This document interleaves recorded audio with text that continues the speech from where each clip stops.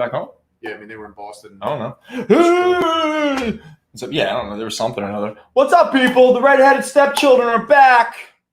We're here doing a thing. Brendan, Al, Fat Jack's Comic Crypt. We're here in Philadelphia. It's July. It's hot as shit, but at least it's not as hot as it is out west. For everyone back there who's not watching us from the west, we feel for you. I doubt anybody is watching us. I'm pretty sure no one's watching us right now. If they're dealing with what they're dealing with. Well, I'm pretty sure they're not allowed to actually use electricity, so they can keep. Not like it's Sunday. I'm not worried about that fire. Let me see what Fat Jack's is selling.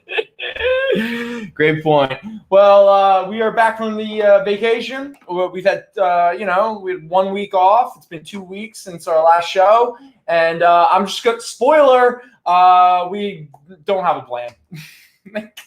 We had all this time to come up with something, and you're about to see it. Happy And 4th of July, belated. Belated, yeah. I don't know. How do you do that? Do you do that? I don't even know. All right, so let's just give you a heads up about what we're kind of going to do today.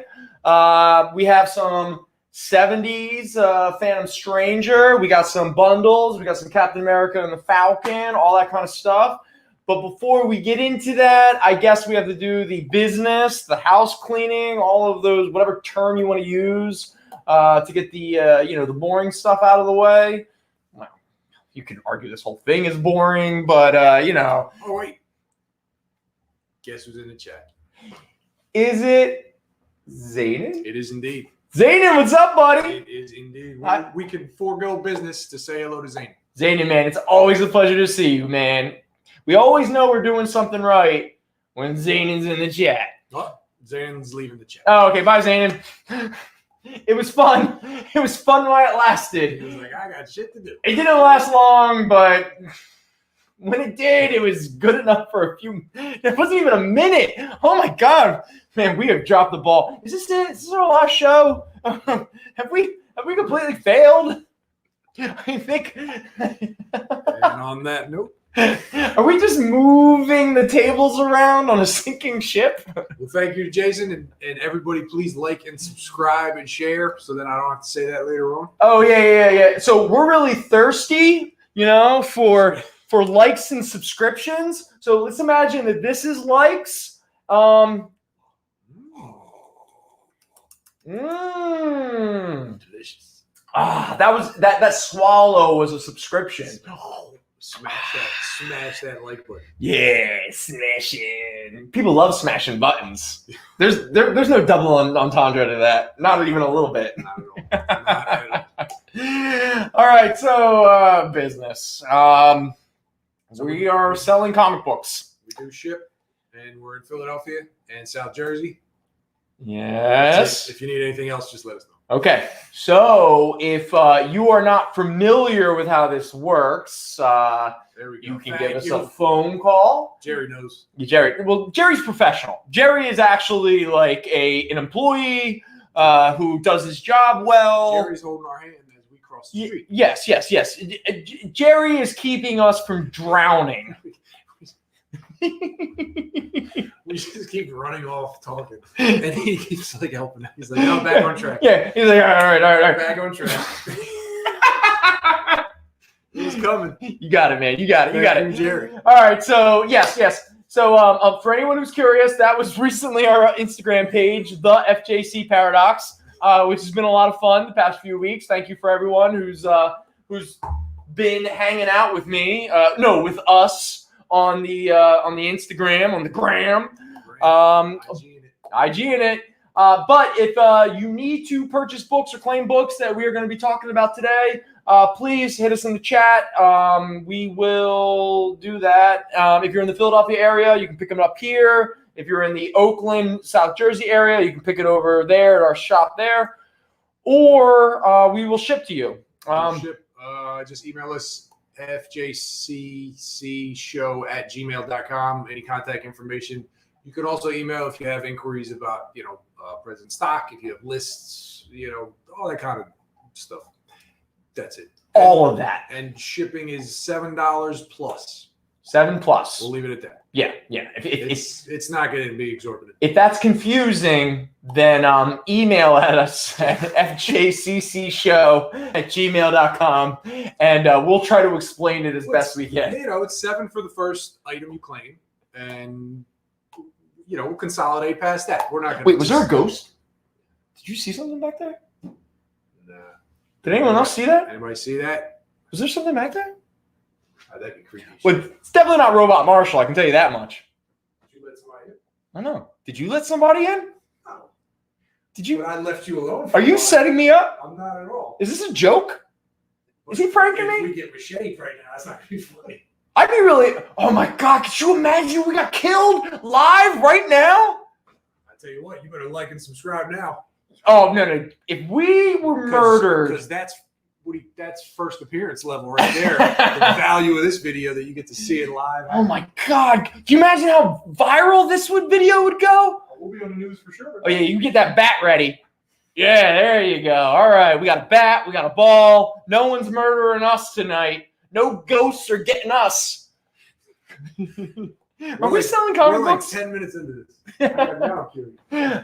So Al goes to make sure that we're not going to be murdered. I was going to say in our sleep.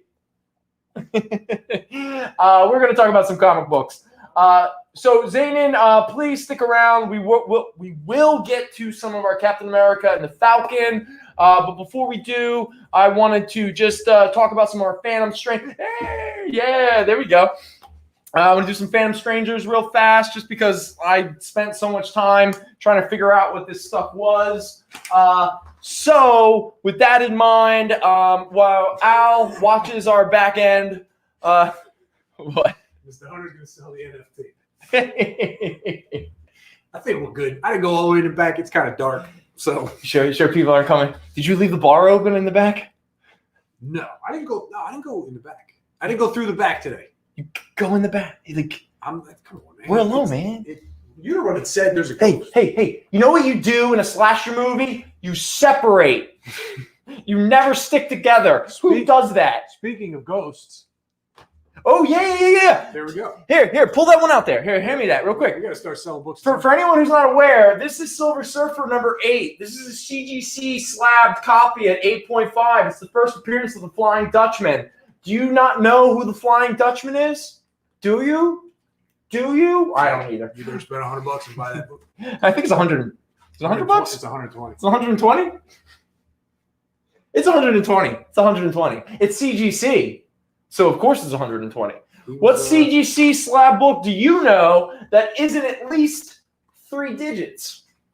Right? That's what I'm talking about.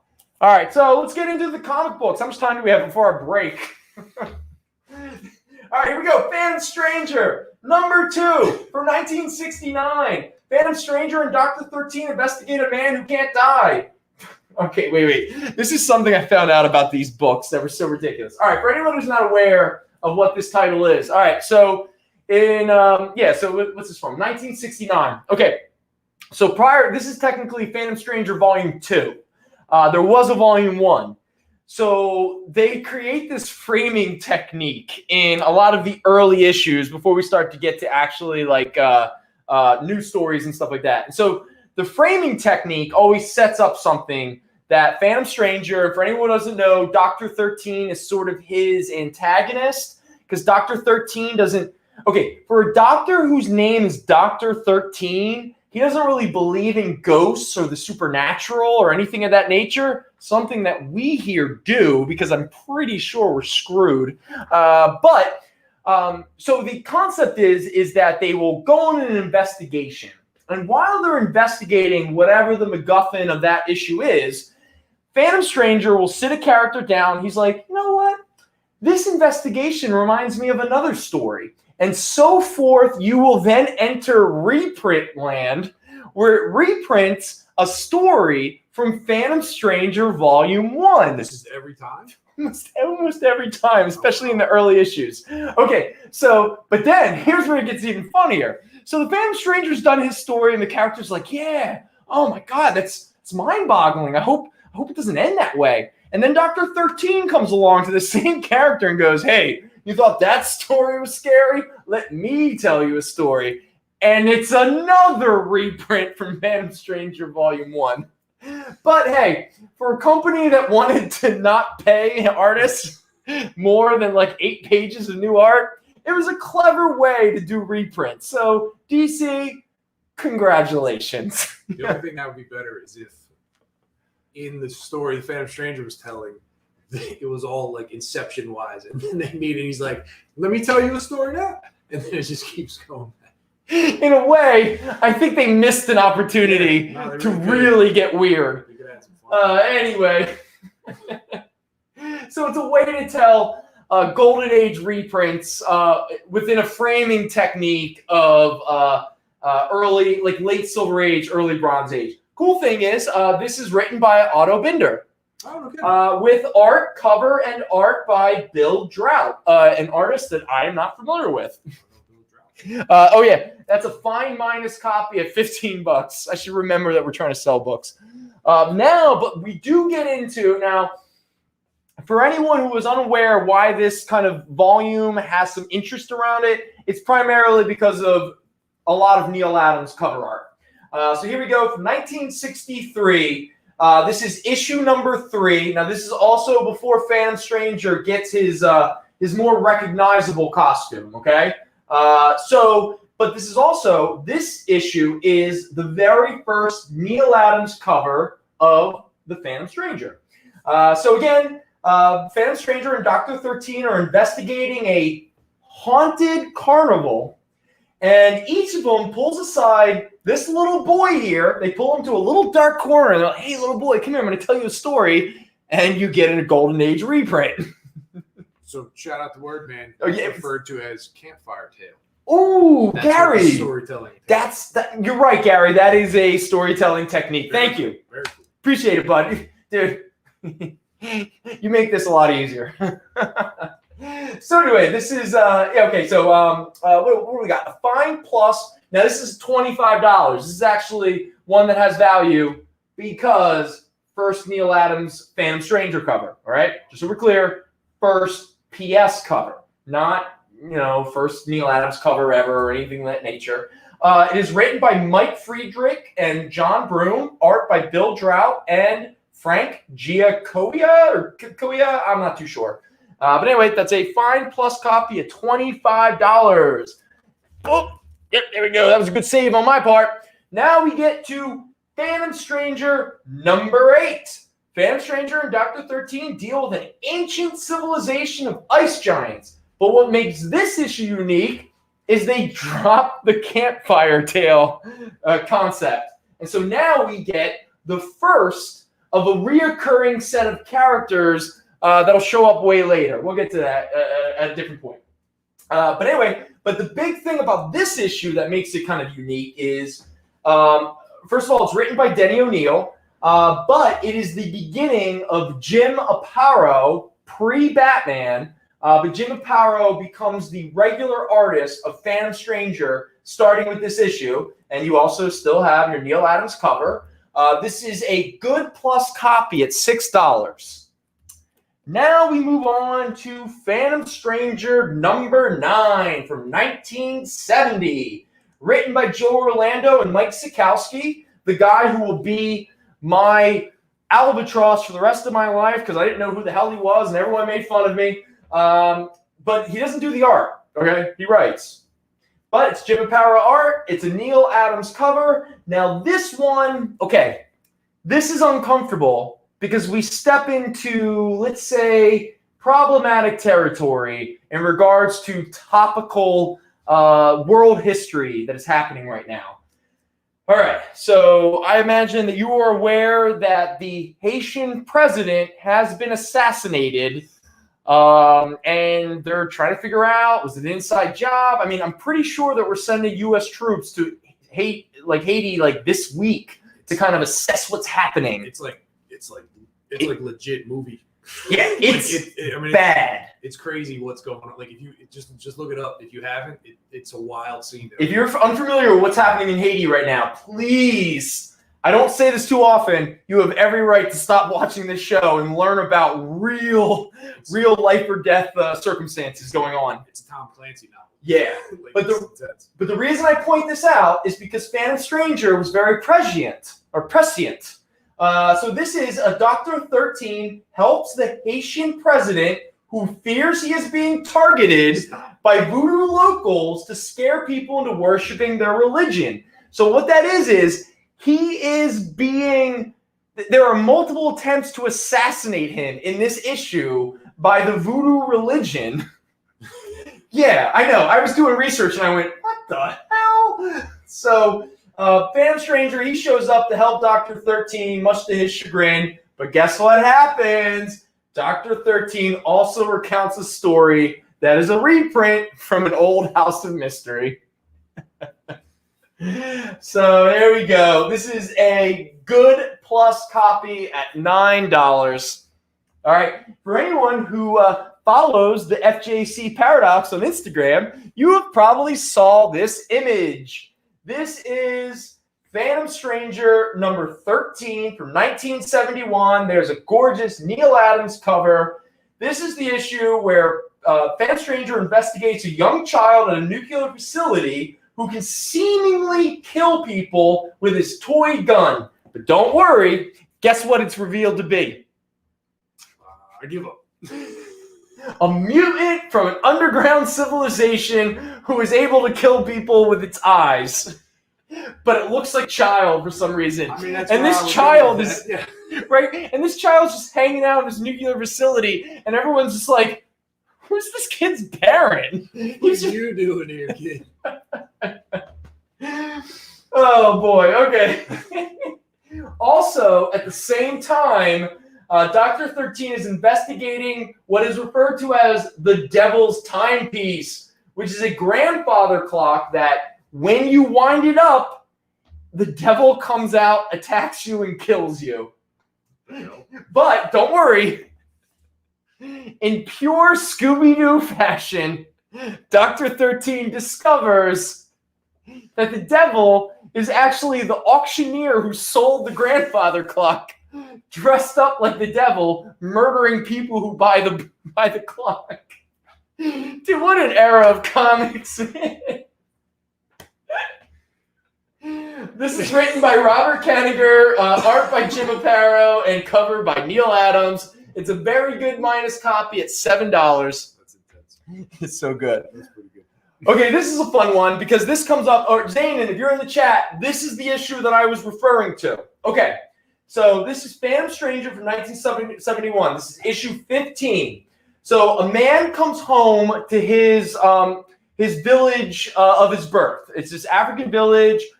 He comes home and he creates this thing called the Iron Messiah, which is sort of like an African golem, but with like iron, which I don't know. But anyway, he builds this robot to fight land developers that are attacking his village. And it ends up happening, the robot will fall in love with his lover. That's this beautiful young woman back here. Now, this issue was written by Len Wein. For anyone who might not be familiar with Len Wein, correct me if I'm wrong in the chat, but Zanin, who I trust, validated that this is true. Len Wein wrote Giant Size X-Men #1. So it's very possible that Len Wein kind of created a bunch of the characters that were introduced for the first time in Giant Size X-Men 1. So if you were to take a guess, Al, at this beautiful African woman, what do you think her name is?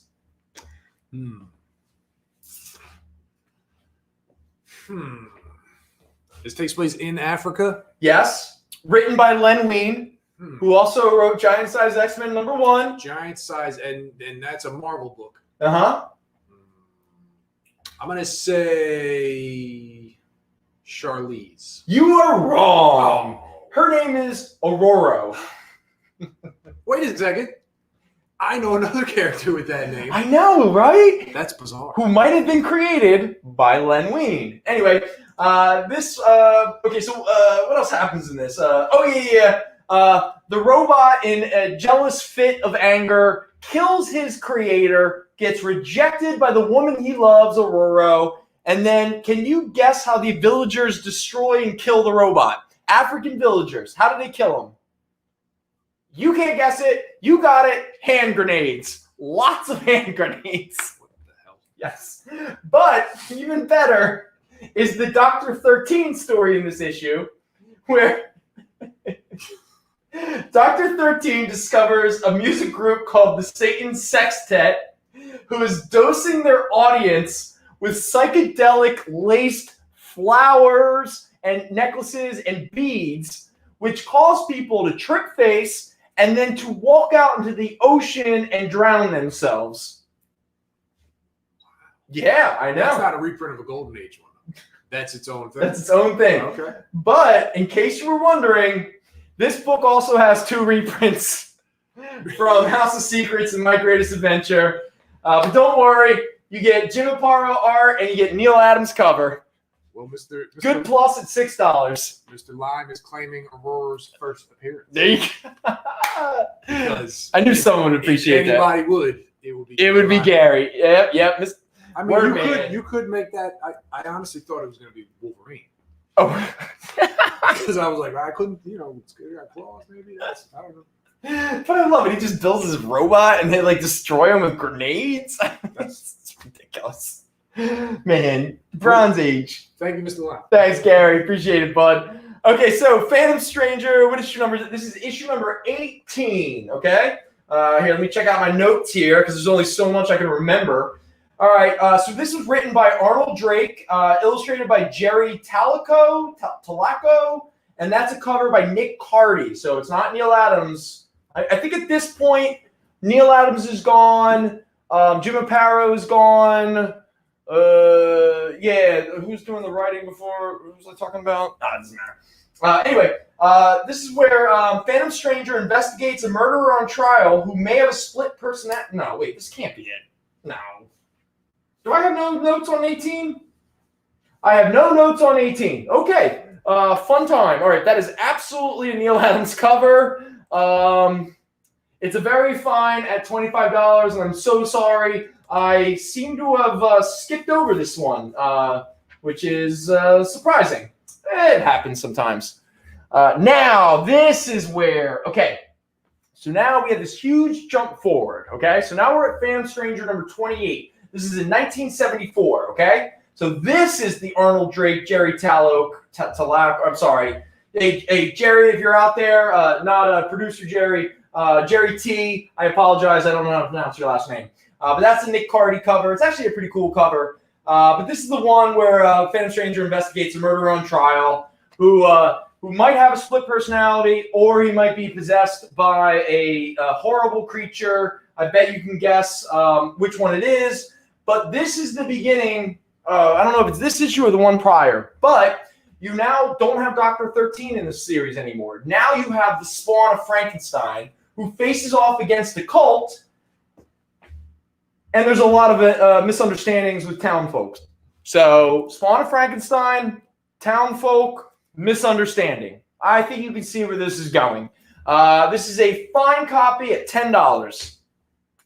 And then we move on to issue number 29. All right, so Phantom Stranger faces off against Dr. Z and his Devil Dolls. That's right, Dr. Z, Devil Dolls. I don't know if that's a cool band name, if that's a bad Roger Corman film. But hey, it's Dr. Z and the Devil Dolls. But what is more funny is that the Spawn of Frankenstein is, you guessed it, misunderstood by the townsfolk, and he falls into a pit of snakes. Is it the same town? Same town, man. Same townsfolk. He's like, I'll just stay. In all honesty, when we get to the next issue, I wish he did just stay in the pit. This is written by Arnold Drake, Jerry Talaco. Now, this is the beginning of the covers illustrated by a gentleman by the name of Luis Dominguez. They're actually really nice covers. They're pretty cool. In fact, a lot of these Phantom Stranger books are the best based on the covers. So now we get into Phantom Stranger number 30 from 1974. In this one, Phantom Stranger fights a young man who worships the demon Baal, who lures children away from town to live with him. But what's more funny is the Spawn of Frankenstein backup, where he escapes the snake pit, only to be misunderstood by the cops, who then attack him. Just so we're clear, okay? This entire story, he's been trying to save the townsfolk from this like cult. And they not only misunderstand him, they throw him into a pit. He escapes the pit, and then the cops go, "Oh, there's Frankenstein!" Bang, bang, bang! All right, so this is a very fine minus copy at $16. It's not the same cult from Phantom Stranger, though. No, It's not the same. no. Don't forget, this is the early mid '70s. There's thousands of cults. Actually, we did that book before. Oh, I know, but I don't know if I remembered the Spawn of Frankenstein story. No, I'm enjoying the research because, man, you find out some weird ass shit. I remember that one was it was in the fall. Okay. So the cult theme had a different tone. Oh, yeah. We had It was fun. I remember that cover though. sometimes we plan ahead. Sometimes. Now, what's up next is Phantom Stranger number 31. Phantom Stranger and an opium addict tried to prevent soldiers of fortune from unleashing a demon named Kang and selling its followers into slavery. Guess what happens to the opioid addict? He dies. He takes his mask off and he's Satan. Yes! Scooby-Doo that! Can't beat that. Can't beat that. All right, but real quick, okay. So this is the beginning. All right, so just so you didn't pick up on it, Spawn of Frankenstein gets killed by the cops. Oh. Who shoot him dead. So now the backup feature is now Black Orchid. Black Orchid helps. All right, so just so we're clear about this, okay. So Phantom Stranger and an opiate addict, they prevent a bunch of soldiers of fortune from turning a bunch of followers of a hidden temple from becoming slaves. Black Orchid helps a bunch of married couples who were led to this secret island with a promise of this like sort of sexy romantic vacation, only to be, guess what, made into slaves. So there's a real like helping white people out of slavery theme in this issue. But I like this. The funnier part isn't even the actual comic book aspect. It's the letter in the back page by Joe Orlando, who was the editor at the time, okay? So a long letter is written by then editor Joe Orlando on why the new creative team is taking the book in a different direction, despite fans' claims that they suck and don't understand the Phantom Stranger. And what we learn is Len Wein and Jim Aparo, who were the creative team prior to Arnold Drake and Jerry Talaco, or I don't know, coming over, they had better things to do, and Orlando had to get a new creative team at the last minute who openly admitted they had no idea who the Phantom Stranger was. So they were just like, whatever. Anyway, this book is a very fine at $18. We're coming up on a break. It's break time already? We're going to do a break. All right, break. Yo, Seth. Seth's there. What's up, Seth? What's up, buddy? Maybe we're not. Maybe we will. Are we not doing it?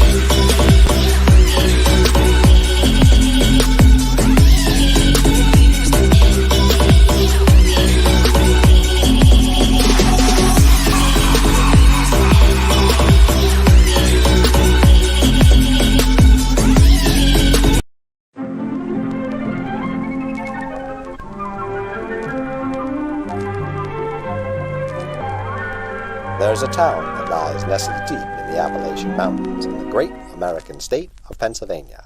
The name of the town is White Ash.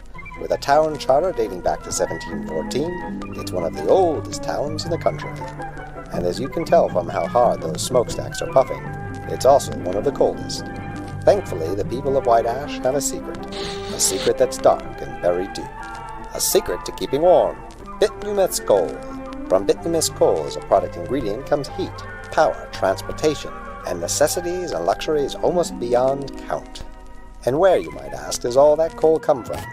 The answer is places like Alden Mountain and towns just like White Ash, where it's dug from the mountains by the hardest working men in America, our coal miners. But while an industry supports the town supports the industry. Here are two of White Ash's finest young entrepreneurs, Catlin and Kyle, owners of the Double K gas station. Coming or going, they'll get you there. But a town can't be all work and no play. Hello, Alec. Hello, Lillian. Where are you two kids going? Why, they're going to Sif's. Don't let its Nordic theme fool you. The most popular place in every American town is the local diner, and Sif's is no exception. Home to the world-famous Stack Attack, Sif's have been filling the bellies of white Ashians since 1895. Yes, White Ash, founded by men who came from the four corners of the earth, bringing with them innovation, can-do spirit, and dark, dark secrets.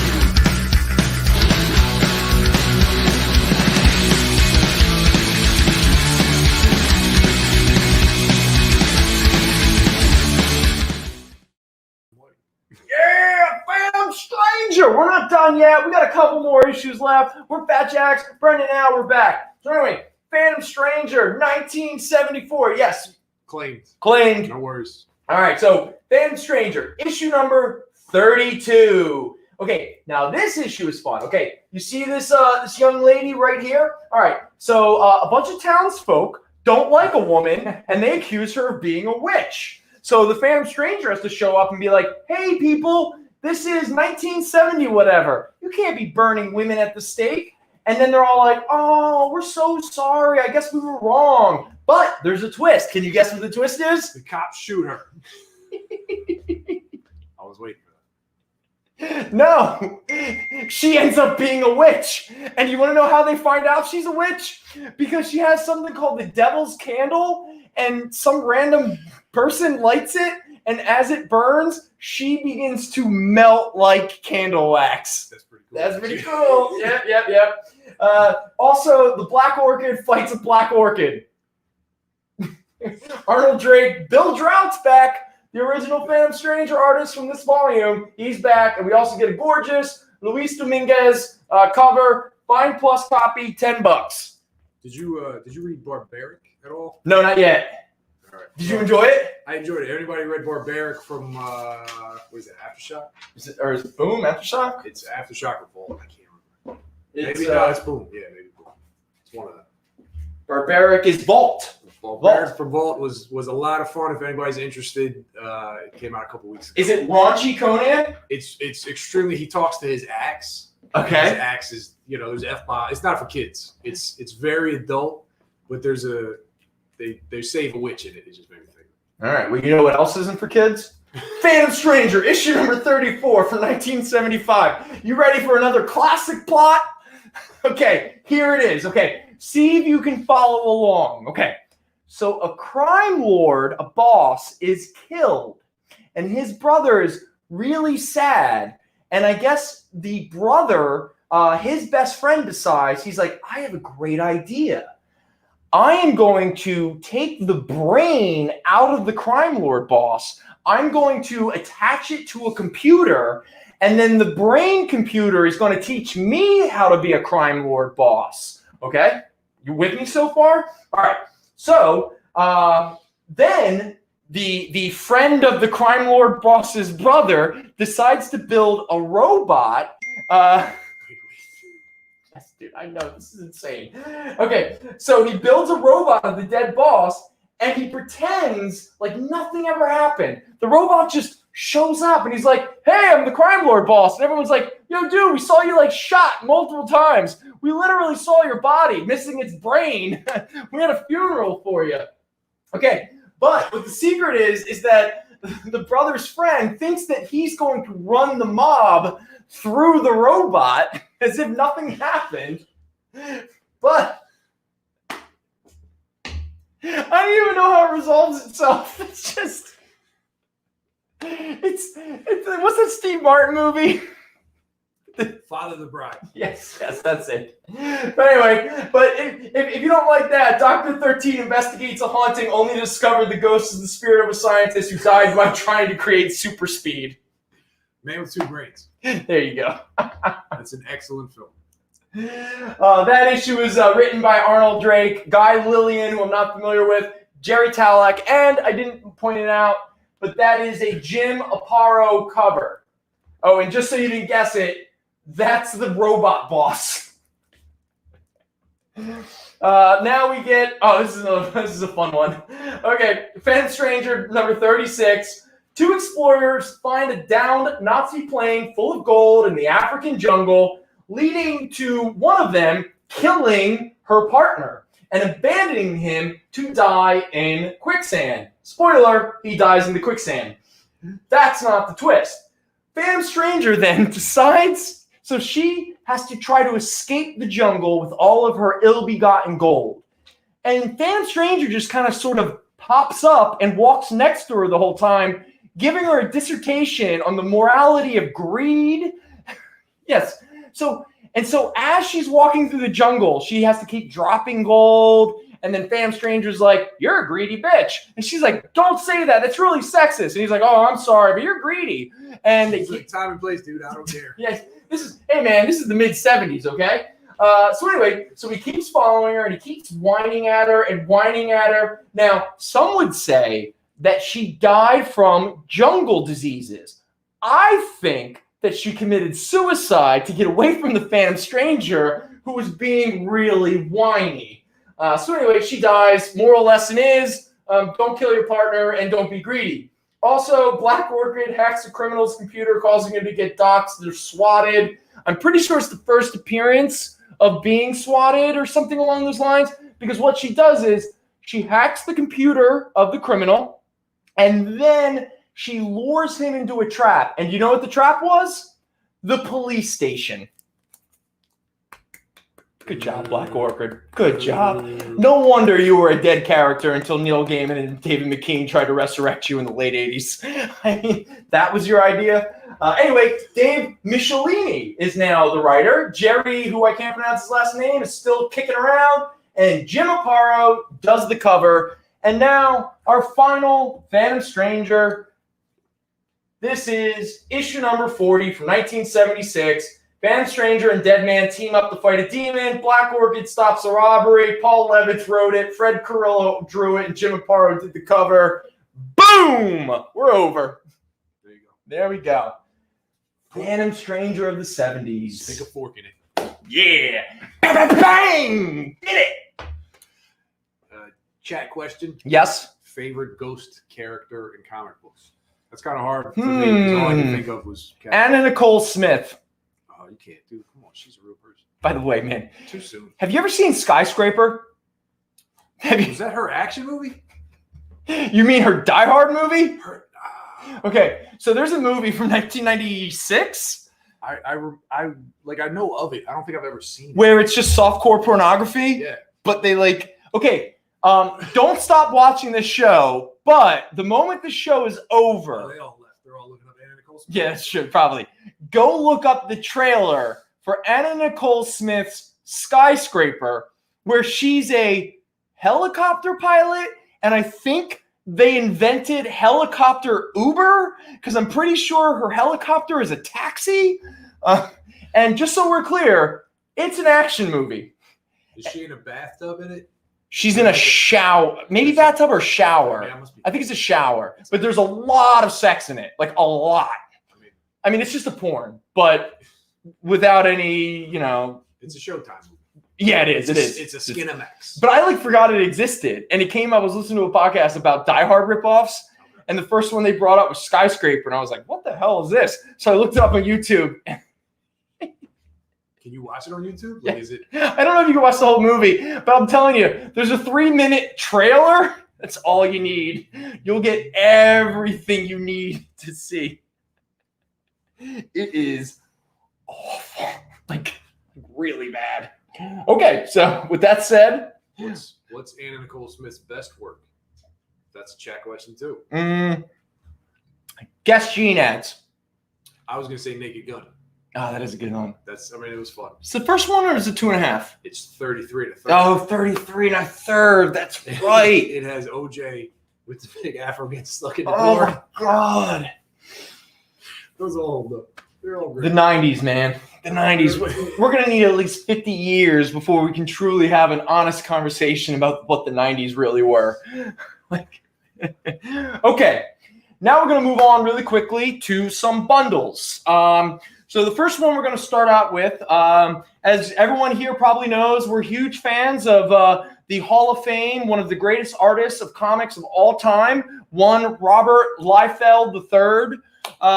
And recently, they have reintroduced in Archie Comics the Shield. So for anyone who was not aware, back in the early 90s, I don't know if Impact Comics had anything to do with Archie Comics or if it was just a licensing thing, but for a brief period of time, you had a comic book company called Impact Comics, where you had the Comet, you had the Fly, Jaguar, and I think Web. I think that was like a group. There we go. So this is sold out. This is it is sold out. The Mighty Crusaders Shield. But for anyone who is unfamiliar, you can dip yourself back into some 90s nostalgia. See, a little segue there. You think I don't know what I'm doing? I really don't know what I'm doing. We have Legend of the Shield number 1 through 8 from 1991. This is a $7 bundle, less than $1 a comic. And if you want to complete the series, guess what? It only lasted up to 16 issues. So here is the second part of that series where he fights the Gun Club. Speaking of which, real quick, we were talking about cults. Gun Club made me think of it. Do you know that there is a gun cult out there? They wear a crown of bullets and they worship AR-15s and stuff like that. No. It's for real. I think they're in Texas and I think it's some. Okay, let's be clear about cults. At some point, you got to put your money where your mouth is. And so if your cult worships guns, I mean, like literally, it's just like they worship guns. It. They're just like they look them up. I gotta look up like gun cult or something like that. They definitely they're very active on social media. It's not those wrestlers, the Bullet Club. No, it's not. If it was the Bullet Club, I would actually be a big fan. Shout out to Bullet Club. Yeah, they have like a weird hand. Billy Gunn. But anyway, there is a gun cult out there. Not to be confused with the Gun Club. Now, this is Legend of the Shield by Impact Comics from 1992, issue 9 through 16. Again, $7 bundle, less than $1 a comic. And if you are afraid of a post-apocalyptic world, if you're afraid of people with guns, be afraid of people with guns who are also super religious and who also eat people. And that reminds me of a little series by Garth Ennis and Carlos Escuera called Just the Pilgrim. Yeah, just for anyone to know, spoiler. I did catch that, Gary. Yeah, I'm trying to get you on a list. You gotta put how to join. Yeah. Definitely throw that one in there. Okay, so this little series is from 2001 from a brief little company called Black Bull. I think a couple of the guys that were connected to Wizard Magazine, I think, were part of this.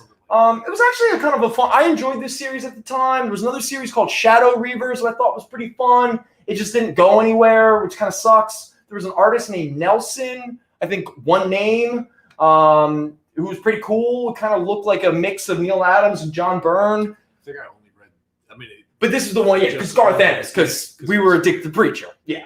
So anything Garth Ennis put out. This book is not Preacher. No, this is not Preacher. But anyway, it's post-apocalyptic world. There's cannibalism. There's religion. There's guns. For some people, that's a sexy combination. Anyway, this is the full 5-issue limited series that introduced this character. This bad boy is a $7 bundle.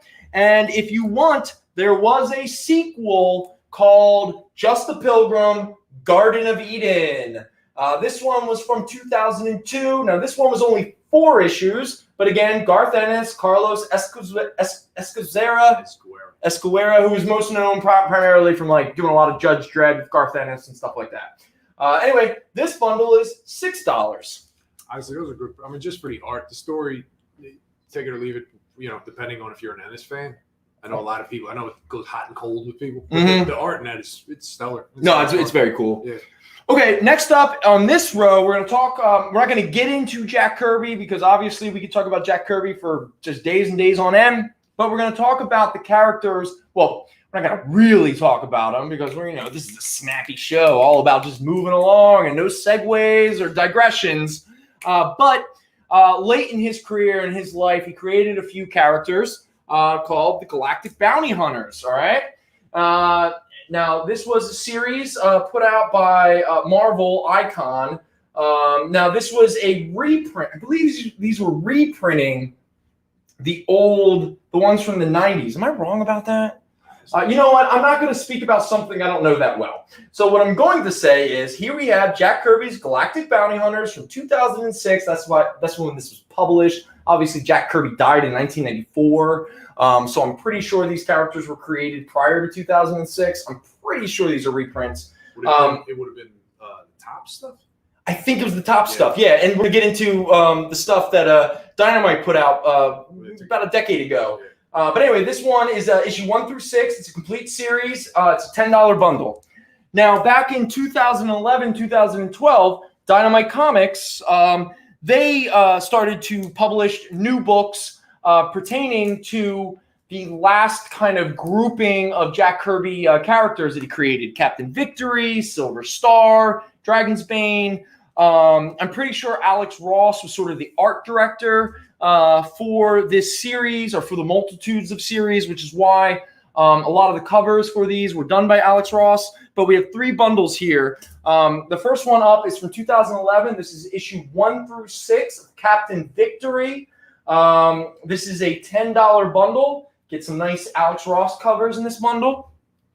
And then we get this was referred to as Kirby Genesis. That's right. That was the sort of umbrella term that Dynamite was using at the time to sort of like group all of these late era Kirby creations together, telling new stories and stuff like that. Just so we're clear, these are all brand new stories that Dynamite put out. These were not reprints as far as I'm aware.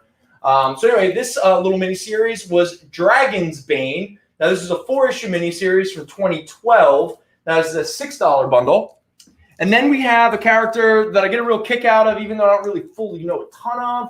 Mark Buckingham did a bunch of the covers that are in this bundle. I'm pretty sure there were some Alex Ross covers too, but we didn't have those issues. This is Silver Star from 2011. This is 1 through 5, complete series. This bundle is $8. Here we go. All right. Now, for any of you who aren't aware, or you don't see me sweating up here, we are in the midst of the summer. And if there's one thing we'll always remember about the summer growing up, were all of the summer-oriented specials and beach comics and all this kind of stuff. There is one that I remember very fondly from 1990 and 1991, and that was The Impossible Man's Summer Vacation Spectacular. For anyone who's not aware who the Impossible Man is, he is also, we've confirmed this, Mr. Mixel-Plixel as well. This is the very first from 1990 Impossible Man's Summer Vacation Spectacular. And then right behind that is the 1991 Summer Vacation Spectacular. Cowabunga, dudes. So this little 2-issue for anyone who wants to just sit back, have some fun in the sun while reading a really goofy-ass comic book, this is your bag. It's only $3. Can't go wrong. Okay, now let's step back. No. Let's stay in 1991 for a moment before we... for anyone who follows our Instagram page, this morning we put out a post of some really interesting Arthur Sidum sounds right. So we're going to go with Sidum for now. This was from 1991, Dark Horse Comics. This is the Alien 3 adaptation, comic book adaptation of the film. So just to be clear, Henry, if you're watching, which you're probably not, this is not the unproduced script that came out a couple years ago of Alien 3. This is actually the adaptation of the David Fincher film, which, I'm going to say it, is a good movie. This is primarily, if you're going to pick this up, it's primarily, these covers are gorgeous. For anyone who wants to see them really nice, check out our The FJC Paradox on Instagram. Now, this 3-issue little mini-series is a $4 bundle. Now, I was just about to talk about a little nostalgia for me. In 1986, a couple dudes who I'm not familiar with decided, they're like, hey, what's one of the biggest popular black and white fads going on in comic books right now? In 1986, you better believe it was the Teenage Mutant Ninja Turtles. So they decided to create a little group called the Adolescent Radioactive Black Belt Hamsters. Now, this is the 4 issues of the 3D Adolescent Radioactive Black Belt Hamsters. Now, just so we're clear, there are 3D glasses in this bundle. You are not missing out, okay? Now, this is issue 1 through 4 of that miniseries. But a little nostalgia buzz for myself. I have a strong, fond memory of this Christmas issue here where they fight, Santa Claus, okay? And it looks like it just got, claimed. It's only $5, so you get a great deal on some fun 86 comics. Good stuff. Now we're going to step into a 3-issue miniseries from 1998. So we're kind of like stepping it up a little bit closer, but we're still lost in that malaise called the 90s. And here we have Altered Image by Jim Valentino. He wrote and illustrated this 3-issue miniseries that pitted Spawn, Witchblade, Savage Dragon, Shadowhawk, Majestic, and The Max, all in one book. I have no idea what happens, but I bet it's goofy, it's weird, and it doesn't make a lick of sense. So here we go. Altered Image 1 through 3 from 1998. It's only $4, people. Nice. All right. Now we're going to step into something that I was very confused by. And Al, I need you. Okay, so all right, so we have The Illuminator. This is a 3-issue series. Okay, it is published by Marvel Comics and something called Nelson. Now, I was like, what the hell is Nelson? And I was like, I've seen this cover many times before. What is this really? So as I was making this bundle, I decided to take a flip through and check out what is going on. And I'm going to ask you, Al, this gentleman with a motorcycle helmet and a goofy kind of like powder blue motorcycle outfit or whatever. How do you think he got his powers? He's the Illuminator? He's the Illuminator, okay. Yes. All right. How do you think? Okay, in chat, I'm going to throw that out there. Okay, so he's not wearing a bathrobe. He's not wearing a bathrobe, okay? He's the Illuminator. He got his, well, I won't tell you how exactly he got his powers, but he was very illuminated. I would even say he was maybe, it was like he was born again, his life was one way and then he got illuminated and his life became something else and he got superpowers. Is Nelson related to that discovery at all? Is Nelson some kind of church? You got it, Al. Is that just what Jesus Christ gave him his superpowers? Is that what it is? That is exactly what it is, man. Wow. It should be more expensive. He got the illumination of Christ, and he had superpowers, and he fought sin and devils and people like you and I, Al. Oh, man. That's not cool. But it's only $3. I know, $3, people. The store and record shop. I don't know. I've never heard of that. So there you go, people. 3 issues. They're even like, look, they're like square bound issues too. For $3, you get a lot of comic book. And maybe it'll even save your soul. What was he like before he became Illuminated? To say he wasn't that bad. Yeah. In fact, I'm pretty sure you and I have lived a more sinful life than this guy did. And I'm pretty sure he was like me on a camping trip. Except instead of having fun visuals, Christ saved him. See, like the machine gave me 2 sodas. I better call them and get my. I don't want to do that. Yes. All right, now we're gonna step into what? Shout out to Mr. Kiernan. Mr. Kiernan, gonna take some illuminators. If anybody. Nice, man. You can give us a book review on it. We can have a strong theological conversation, okay? All right, next up, we're going to talk about Wildstorm with an exclamation point. That's right. This is a 4-issue anthology series published in 1995 pertaining and dealing with a multitude of different Wildstorm characters who are either supporting characters in a Wildstorm book or characters that have just never had a series or one-shot or any of that kind of stuff. So you get different kinds of creative teams. Mike Zeck pops up in this first issue. Nice. Now, this little 4-issue anthology series won't cost you $5, and you'll get multiple Wildstorm stories. And speaking of Wildstorm, at one point, post Wildstorm's Armageddon storyline, we get Wildstorm Revelations. There we go. This 6-issue series will net you $10.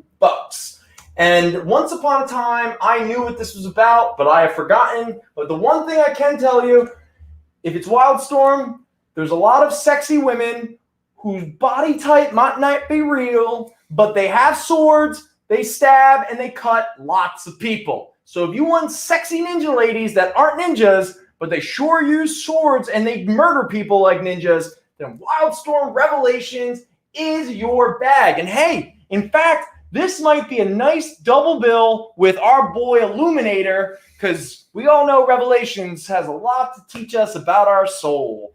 This bad boy, $10.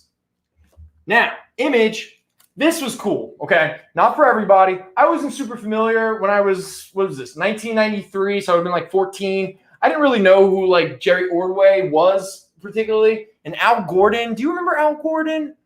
Okay, so this was a 4-issue miniseries called Wildstar by Al Gordon and Jerry Ordway. Also, this is a gimmick cover. It's hard to tell, but this is raised print, so all of the blood is very tactile, even the little grimacy teeth here. But this is a cool sort of like superhero time travel story that sort of folds in on itself to the point where you could argue the story begins and ends at the same point. It's very trippy. It's cool. But this was fun. I really enjoyed this back in the day. I have some nostalgia for this little mini series. It's a Wildstar from 1993, issue 1 through 4, $6. Thank you, Mr. Hunter. All right, Mr. Hunter. Cool, man. All right, now this isn't for everybody, but I don't get this opportunity very often, and that is my favorite comic book writer of all time is Grant Morrison. I'm not going to perpetuate the cult of personality, so I'm not going to sit here and, extol all of his virtues. I'm just going to say that what he writes about and how he writes hits all of my buttons. And there was a mini series that came out in the early 2000s, 2004. There was the first one, which is the one we have here, 3 issues, and then there was a second one. Yes. We got a commercial coming up. Do you want to wait and do all the... Sure, I'll just wait. Yeah, let's just do a break. We'll get into it.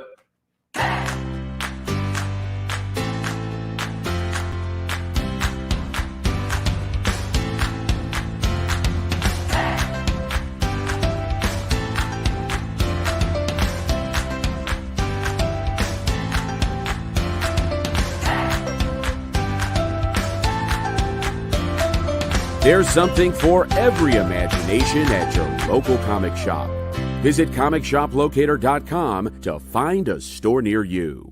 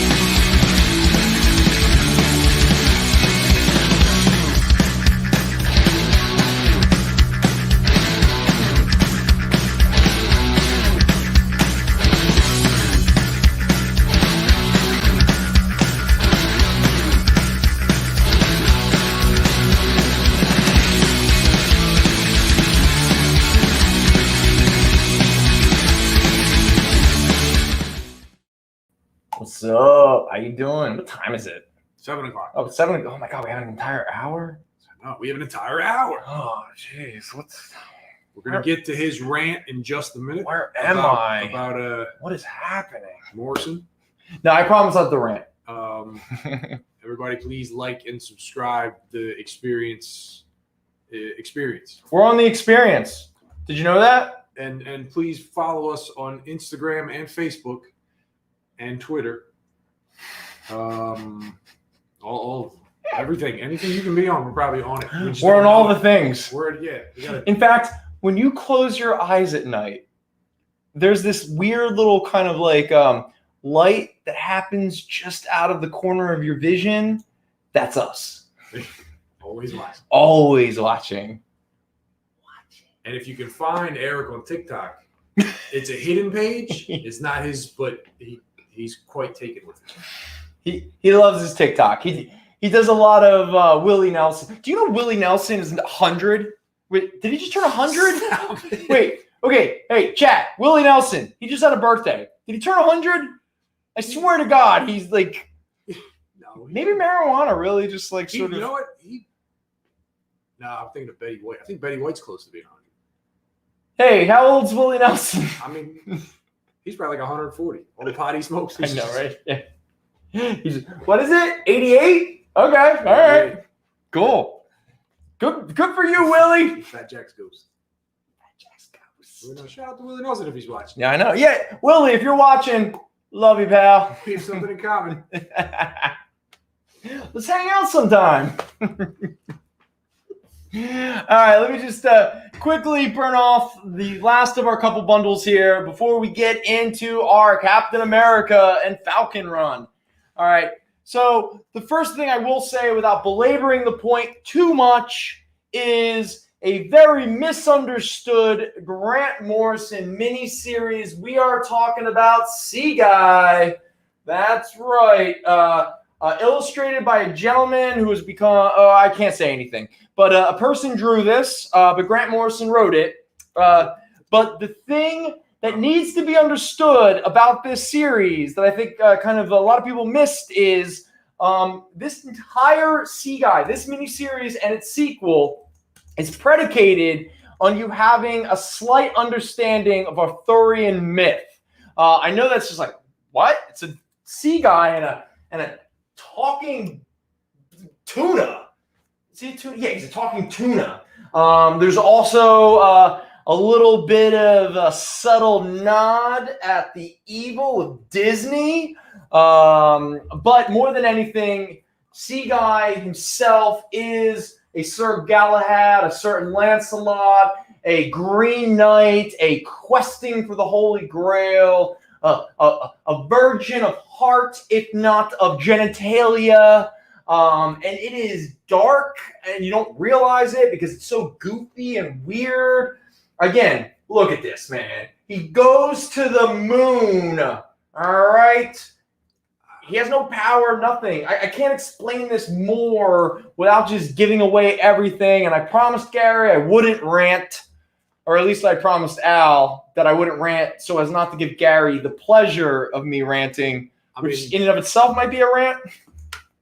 It's the whole Inception, Phantom Stranger telling stories. There you go. But anyway, this is a 3-issue miniseries. You can give it a try, and then you can walk in and read this for $4. And if you want, you can show up at the comic book store, throw them at me, and be like, I didn't understand it.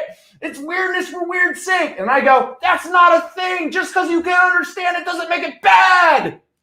So anyway, Sea Guy, $4. I had no idea. Yeah. And we also have another underappreciated Grant Morrison miniseries because it deals too much with his love of Oscar Wilde, of Victorian subtlety. We are talking about a Sebastian O, the 3-issue miniseries from 1993 by Grant Morrison and Steve Ewell. Again, this is a $4 bundle for the 3 issues. And then you can buy it and we can talk about, let's say, subtle sexual identity issues, all wrapped up in Victorian espionage. I knew a customer this is a story for everybody. Sure. Brendan has turned many customer on to Grant Morrison. And there was a customer that you were fairly close with for a while that he loved. Just everything was just eating it up. And Final Crisis, just the weirder the better. And he just couldn't get enough. And he wouldn't touch that one. No. Because of the cover. Yep. He said, "Nah, I don't like that." I said, "Well, it's Grant Morrison." And he voracious, just went through everything. Would not touch it because he said, "Nah, it looks a little," and I mean, it's very dated, but he went like, Yeah. Like, come on. Yeah. Like, come on. Yeah. Again, I know people who won't read Oscar Wilde. It takes you aback when you're talking to somebody who's like, "Oh, really? That's really? No, okay." That's your line? That's what you have an issue with? It was just weird. It was weird. All right, so as much as I would love to keep talking about Grant Morrison, I don't want to belabor the point. So instead, let's say goodbye to our last two bundles really quick.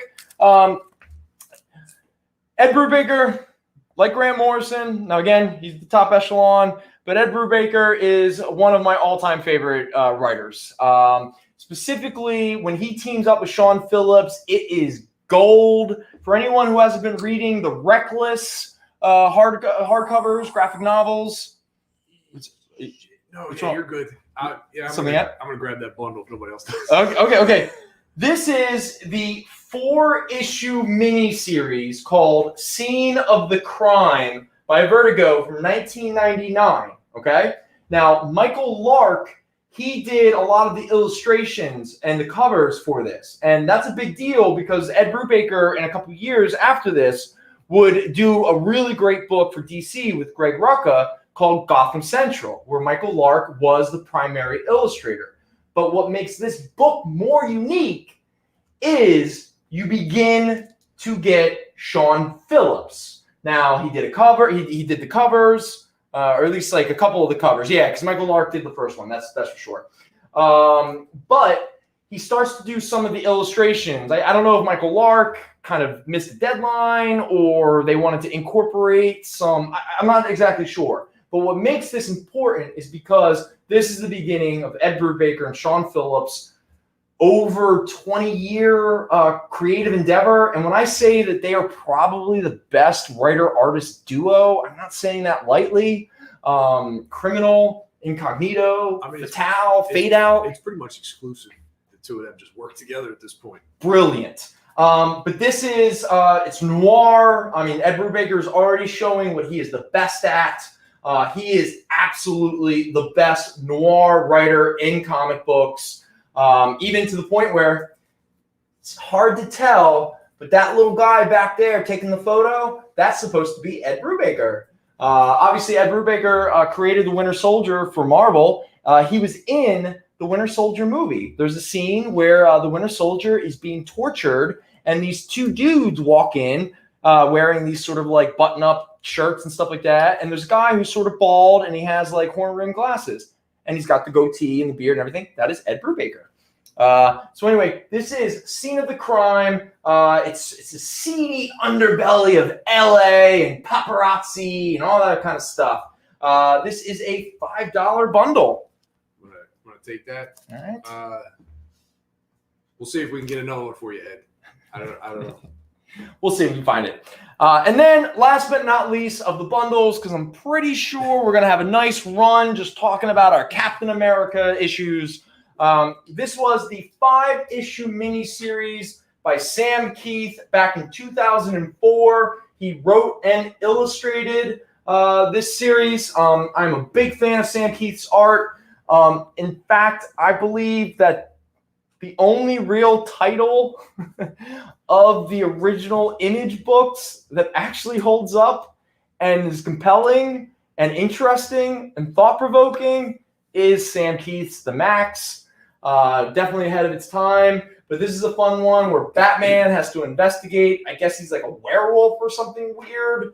But this is, I'm pretty sure, the first of what would become sort of like a every 3-year thing over the past like 15 years or so, where Sam Keith would just do a Batman miniseries, usually mixed up with some other character. He did the Batman and Lobo, Batman and the Max. I think there was another Batman in a horror thing, or Batman with insane people. The Hollows. Oh, was that no, it? that's just That a was something Sam else. Keith book. Anyway, yeah, it's just a Sam Keith book. If you like Sam Keith, you can't go wrong with anything that he writes and illustrates. And his Batman stuff is very weird, and he definitely leads into the more kind of subtextual relationship of Batman with his, let's say, his Val. Did he do it? This is a $6 bundle. Was it a Judge Dredd crossover, or was that's Glenn Favory? Simon Bisley. Simon Bisley, thank Yeah, you. yeah. I'm sorry. I apologize to both of them for mixing it up. Oh, yeah. So sorry, Simon. I know you're watching. To Mr. Melendez, I'm sorry the bundle was claimed, but I did get your email, so I'll take a look, see what we got. Apologies. Which bundle are we talking about? Scene of the Crime. Oh, okay. A lot of people want Scene of the Crime. Wow, you never realize which bundles are going to be the ones that people really jump at. It's that Ed Brubaker, man, the Sean Phillips, a little Michael Lark. I didn't forget about you, Sam. In fact, Michael Lark, do you have a first blush with his art? I remember mine was a Vertigo series called Terminal City. Terminal City, I never read. Yeah. I think it would have been Gotham Central. You think Gotham Central was your first? Did he do? What was his name? They made the movie out of it with I can't think of anybody's name right now. History of Violence. Did he do History of Violence? No. Who was that? That's gonna bother me. Sorry. Vince Locke. No. No, that sounds right. Sounds almost right, doesn't it?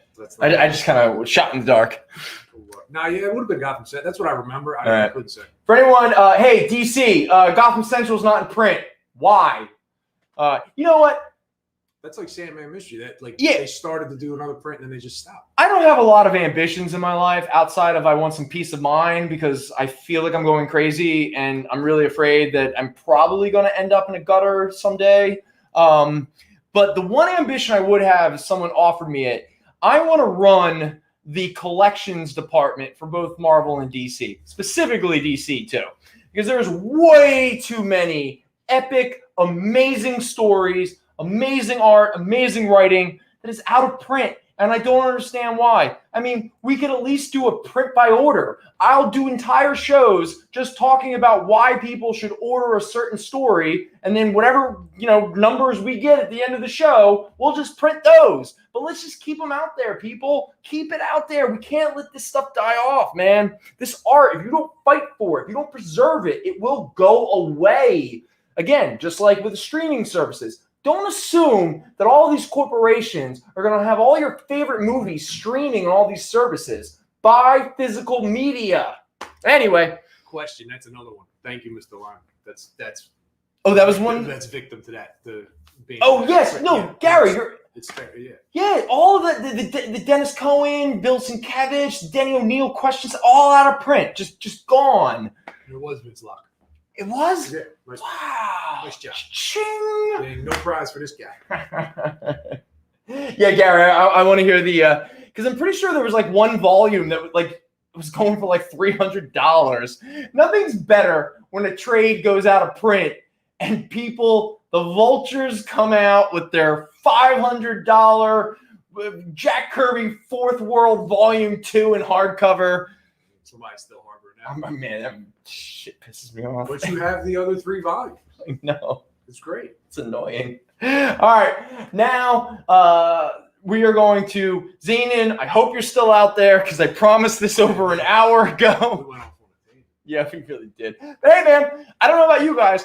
I'm having a good time here with Al. I'm having a good time shooting the shit with you guys. So we're going to continue that with some Captain America and Falcon. This is part of Mike wants to hide books from me. Oh, here we go. He's on the Henry tip. Now Mike's hiding gold. Yeah. Mike, love you to death, buddy. If you're watching, I don't understand why you have these runs.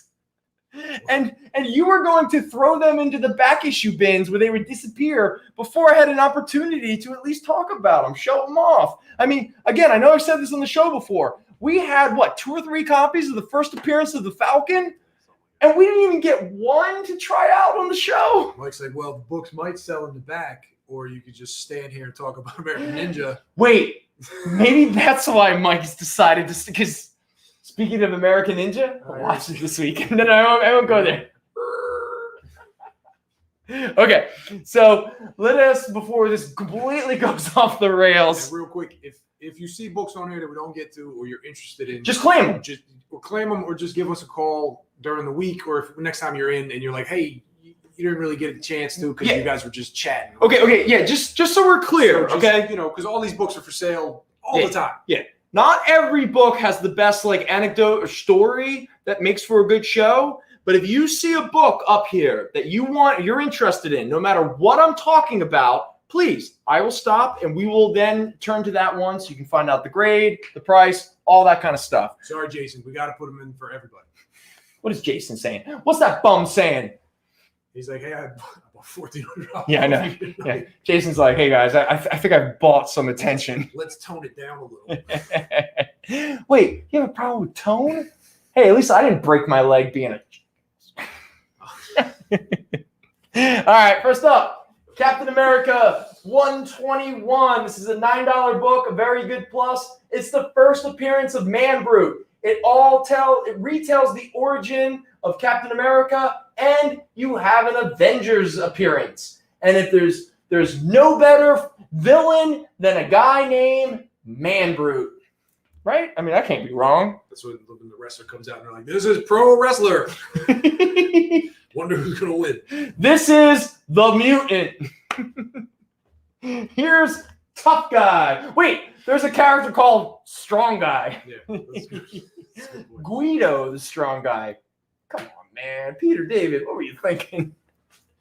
Next up, Captain America 124. This is a $10 book, very good plus, and you get a cool MODOK appearance.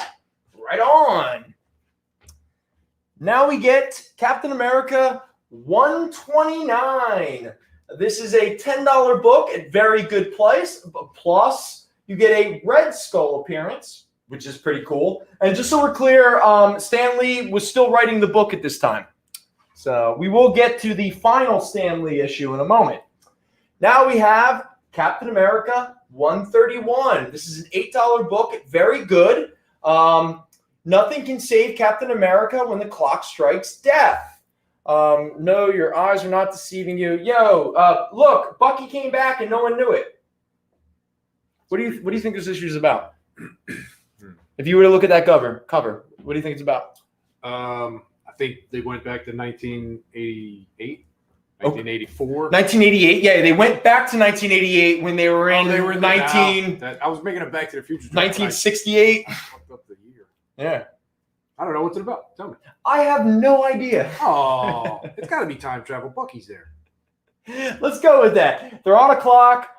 It's definitely like an old like Batman episode. It's like, haha, Batman. It's a golden age reboot. It's golden. Phantom Strangers. Like, let me tell you a story. Okay. That's my new favorite meme. All right, someone's got to start doing it. No matter what it is, no matter what historical thing, maybe it's like a famous photo or something, like Jack Ruby shooting Lee Harvey Oswald, and the Phantom Stranger shows up and goes, "Let me tell you a story." All right. People are claiming books. Oh my God, we're actually selling books. Oh my, I forgot that this was. That's really getting in the way of our conversation. That's what this was about. Thank you, Zanin. Thank you, Mr. Kiernan. Zanin, man, good to see you guys. All right, Zanin, I know you already got this, but for anyone who missed out on it last time, this is Captain America 133. This is a very good plus copy. This is the origin of MODOK, but more important, it's the first appearance of Bulldozer, a guy who, okay, for a dude named Bulldozer, what the hell are those symbols on him? Is that geometry? Is he like an esoteric, like secret society? For anyone who doesn't know, look up the cover because the glare is you're never going to be able to see it. Madness in the slums. Well, Madness in the slums. I mean, I wonder why bulldozers. Yeah, it's probably some nonsense. Yeah. But look, I mean, like, he's got like these weird, like, sort of mathematical equations on him, but his name is Bulldozer. Ugh. Actually, I don't love that kind of crap because it's just so goofy and weird. It just doesn't make a lick of sense. Anyway, Captain America 135, where he fights an ape, a big white ape. That's right. This is Captain America 135, a very good plus copy at $9. Other than the fact that they fight a Yeti, I have no idea what happens in this issue. Next up is Captain America 136, where they keep fighting a Yeti. It's a very good plus copy at $10. The world is doomed. I mean, I guess when Yetis are running around, oh my god, people, do you see these? Like, they're not the Mole Men people. What the heck are they? They look like Rick and Morty characters or something, like little like Mr. Meat Seeks or something. Look at the guys grabbing Falcon. They're weird little dudes. That is weird. Yeah. All right, and now we get Captain America and the Falcon 139. This is a very good minus copy at $6 because there is a purple. Dude, what? Oh! It's that weird purple spray that they would sometimes do. Oh, on the cover. Yeah, it was like a remain instead of like how we do the. Oh yeah, guys, you can see it. They would do like whole bundles at once. Yeah, so they would just put the books down, just go. By the way, I guess Captain America has to choose being Captain America or New York Cop. I hope he made the right choice. I'm gonna fight a Yeti or I'm gonna shoot Frankenstein. Yeah, again, are you gonna shoot and kill Frankenstein or are you gonna fight Yetis? What would you choose? I'm going Yetis. I'll fight a Yeti. Yeah. You know what? I think Al and I, we should be a team that just fights Yetis. Would we fight like 2 at a time or like 2-on-1? Well, we have to fight the Rainbow Coalition Yetis. Each one is a different color, and then when they combine, they become Captain Yeti Planet. Yeah. That would be the best. I'll do that. I asked Mike, I said, would you rather he had the Superman, Batman, werewolf, vampire? Okay. I said, who would you rather fight? And he ignored you and moved on? Yeah, he was like, I'm here to sell books and not. He's like, there's no proof that your idiot shtick actually makes us any money. So, he's like, stop trying to talk to me. So moving along. Just because there's a camera, I don't want to talk to you. Just so you could. You're a bunch of middle-aged idiots. I bet you're not talking to me. You're not on stage. And you're not funny.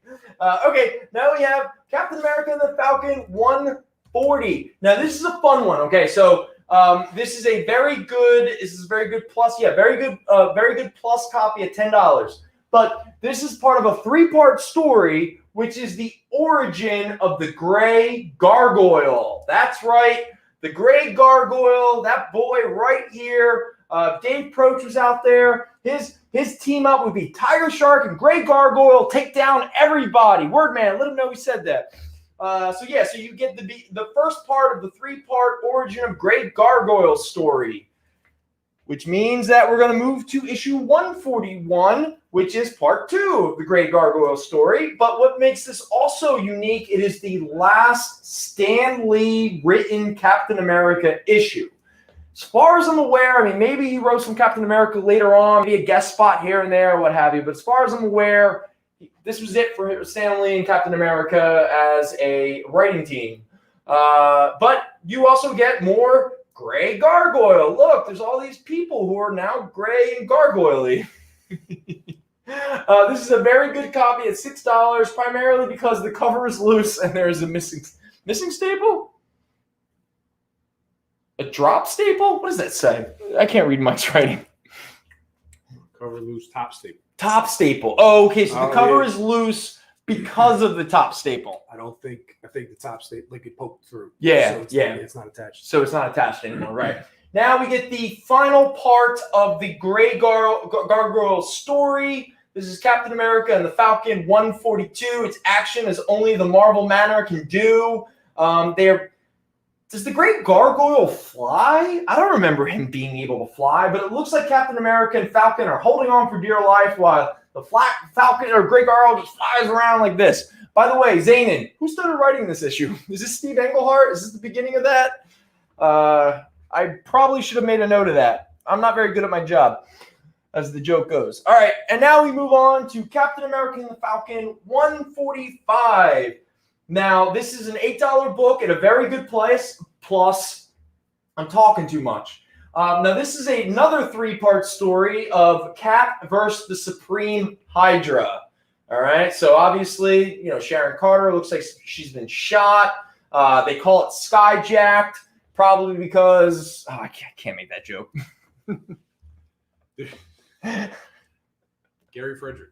Gary Frederick. Okay, Friedrich. Thank you very much. Thank you, Lord Howard. All right, buds. Cool, man. I can always count on you guys to make us look like we don't know what we're doing. You know, if you guys came here on Sunday, we could go home and then. In fact, how great of a show would that be? Everyone who watches us every week, we just pile them all here, and then you and I go home and we watch and we sit and chat and we just criticize them all the time. And see who like talks over each other. Yeah. Oh, how funny would that be? I mean, that'd be hundreds of people. We can't fit hundreds of people. Oh, yeah. So many people. I forgot. We are a mind-blowing. We are the top show from 6 to 8 on Sundays. Right before the Simpsons. We compete with the Super Bowl, Easter, the Oscars, Emmys. Still here. You like it? All right, second part, Captain America and the Falcon versus Supreme Hydra. Find minus copy at $8. They fight Hydra. We're gonna take a quick break. Let's break again. All right, and then last break, everybody. Last break, and then we're just gonna keep doing this. Smoke with Beyonce. Yes.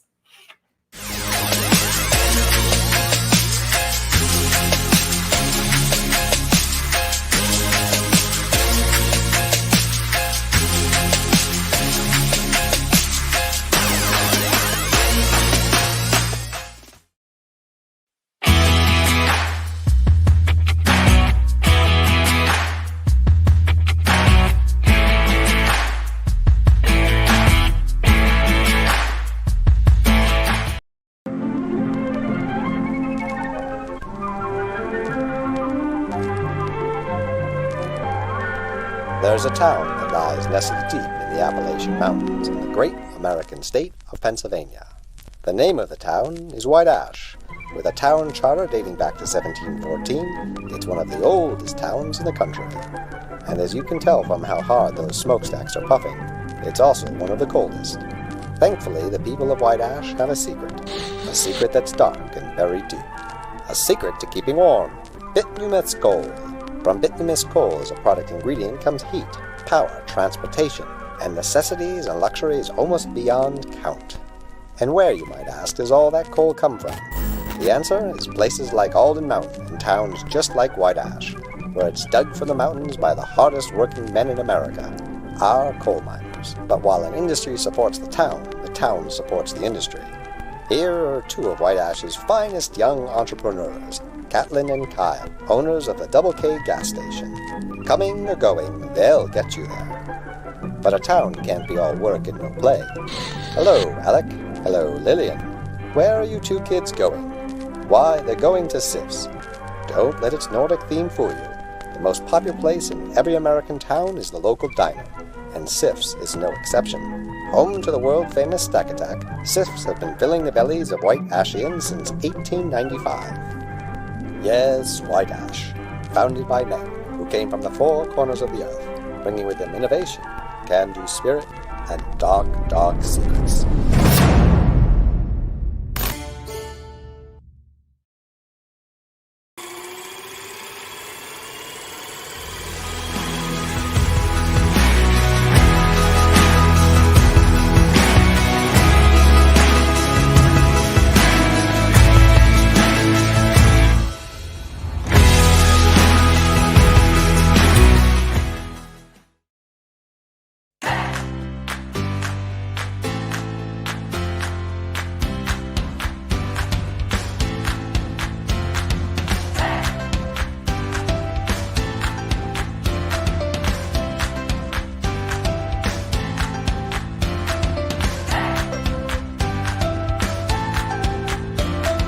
There's something for every imagination at your local comic shop. Visit ComicShopLocator.com to find a store near you.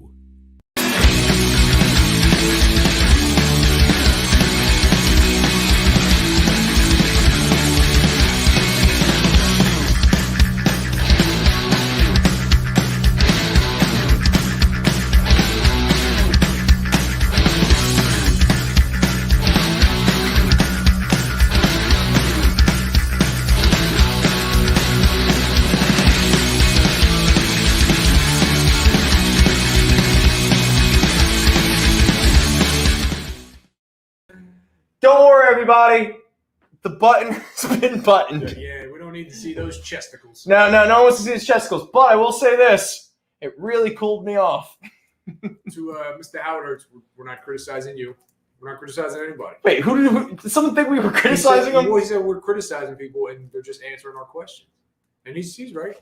Wait, It's the tone, how you answer them. do you not know what ball busting? I thought we were all buddies here. Oh, they're trying to break in. Is there oh no, they're breaking in! It's happening, folks! They're coming for us! Hey, how you doing? We're absolutely closed. I mean, there's a huge gate hanging down. He was like, no, we're just looking. I think the bat threw him off. Oh my God, he did get intimidated by the bat.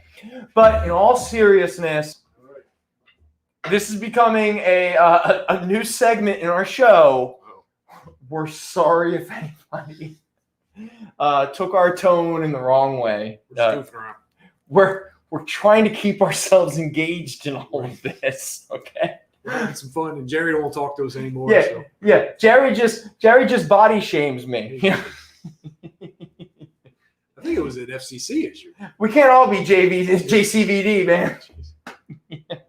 Anyway, back to Captain America. Speaking of abs, here we go. Captain America, $147, $8, fine minus. It is the last part of the Cap vs. Supreme Hydra storyline. There you go. Should I walk by with the chuck hands? She just waved to him. What? What? What do you What do you looking want? What are you looking at? Yeah. Don't worry, Batrock's brigade's showing back up again. That's right. Batrock is back. Oh, dude, The Leaper, $149, Captain America and the Falcon, fine minus copy, $8. And Captain America and the Falcon, $150, where it gets cosmic. That's right. The Stranger shows up, not to be confused with the Collector, who usually collects people in glass tubes, but for whatever reason, the Stranger now does. And for whatever reason, I guess the Stranger was upset by his graying hair, so he dyed his hair with shoe polish. Because he usually has white hair, but yet on this cover, for whatever reason, he looks like Don Juan Botafuco. I mean, what the hell's going on? That's kind of weird. Look at that, man. It's like He's like Johnny Bravo. Yes, Johnny Bravo. It's like shoe polish, you know. Anyway, issue 150. This is a very good plus copy at $7.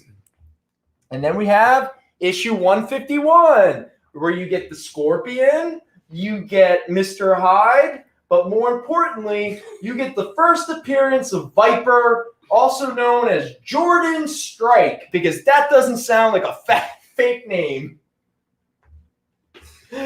And of course, Viper has to start out as a man before he probably ends up getting killed at some point. We might even have the issue where it happens. And then we get a female Viper. Yeah. Who will become pretty much the one primarily known as Viper going forward for many, many decades. Did he get killed in that issue? I wish. Oh, man. He probably gets killed in some issue. Anyway, this is a fine minus copy at $8. And then we get, you know what? I'm just going to let me pull a couple here. I should probably get better at this, get a better routine. Is he like Scott Hall? Is it like Yeah, it's like Scott Hall, right? Oh my God, he really is. He's like, all he has to do is grow out the mullet a little bit better. There you go. He's like, I'm Nails. Mr. Hunter called it. All right, next up, Captain America 157. I took care of your buddy, Shield Slinger, and here's where you get yours. All right, I'm going to just say something real quick. Is Shield Slinger supposed to be a derogatory term? Is that what he called? Yeah, well, no, a lot of villains call Captain America over the years, you Shield Slinger or whatever. I don't know I don't know what's happening. Is that derogatory? Should Captain America be offended? You know, I don't get it. Anyway, they fight the Viper. Again, he's male, so it is what it is. I don't think anything else really happens. It's 150. No. Wait, was I wrong or did I say it right? Yeah. 157. This is his first appearance. You have. Yeah. So this was. What was that one? This is 151. Oh, 151. I apologize. That is not the first appearance of Viper. That's just they fight Scorpion and Mr. Hyde, two characters that never team up. But if you're looking for the first appearance of Viper, you not only get the first appearance, but you get the first cover appearance. That's him in that goofy green suit, calling Captain America. I'm saying it. It's a derogatory term, okay? Shield slinger. You see that? You see Mr. Hunter up there? Is Mr. Hunter back? What's up, Arthur? How you doing? Oh, no. You see his comment. I'm saying no. you see. No, I didn't. I saw Mr. English show up and say he was back. Mr. English is back. No, but he said it's like Spider-Man with web slinger. It's kind of the same. Art, thank you, man. It's because again, I don't want to say the term, okay? But there's a derogatory term that was used. There was a weapon, and the weapon was like it was a long weapon that had a sort of a sharp, it's a spear, and there's an activity, and that is a really nasty term, okay? Oh, I see. Right. So web slinger, shield slinger. I mean, let's be honest, people. We have to be really careful about the javelin thrower. Yes. Oh man. You guys, man, what would I do without you? Probably get canceled. Because again, satire does not work online. You gotta watch it now, man. You're an Instagrammer. Oh, you're an influencer. Oh no. Maybe I'll get tops on Google or whatever. Anyway, that's the first appearance of Jordan Strike, a dude who is definitely a white supremacist. Can I get this? Oh my God, that's exactly it. Shield slinger being said by a white supremacist called Hydra. To Mr. Kiernan, did you still want 151 and 157, or were you confused on the first page? I didn't. Did I confuse everybody?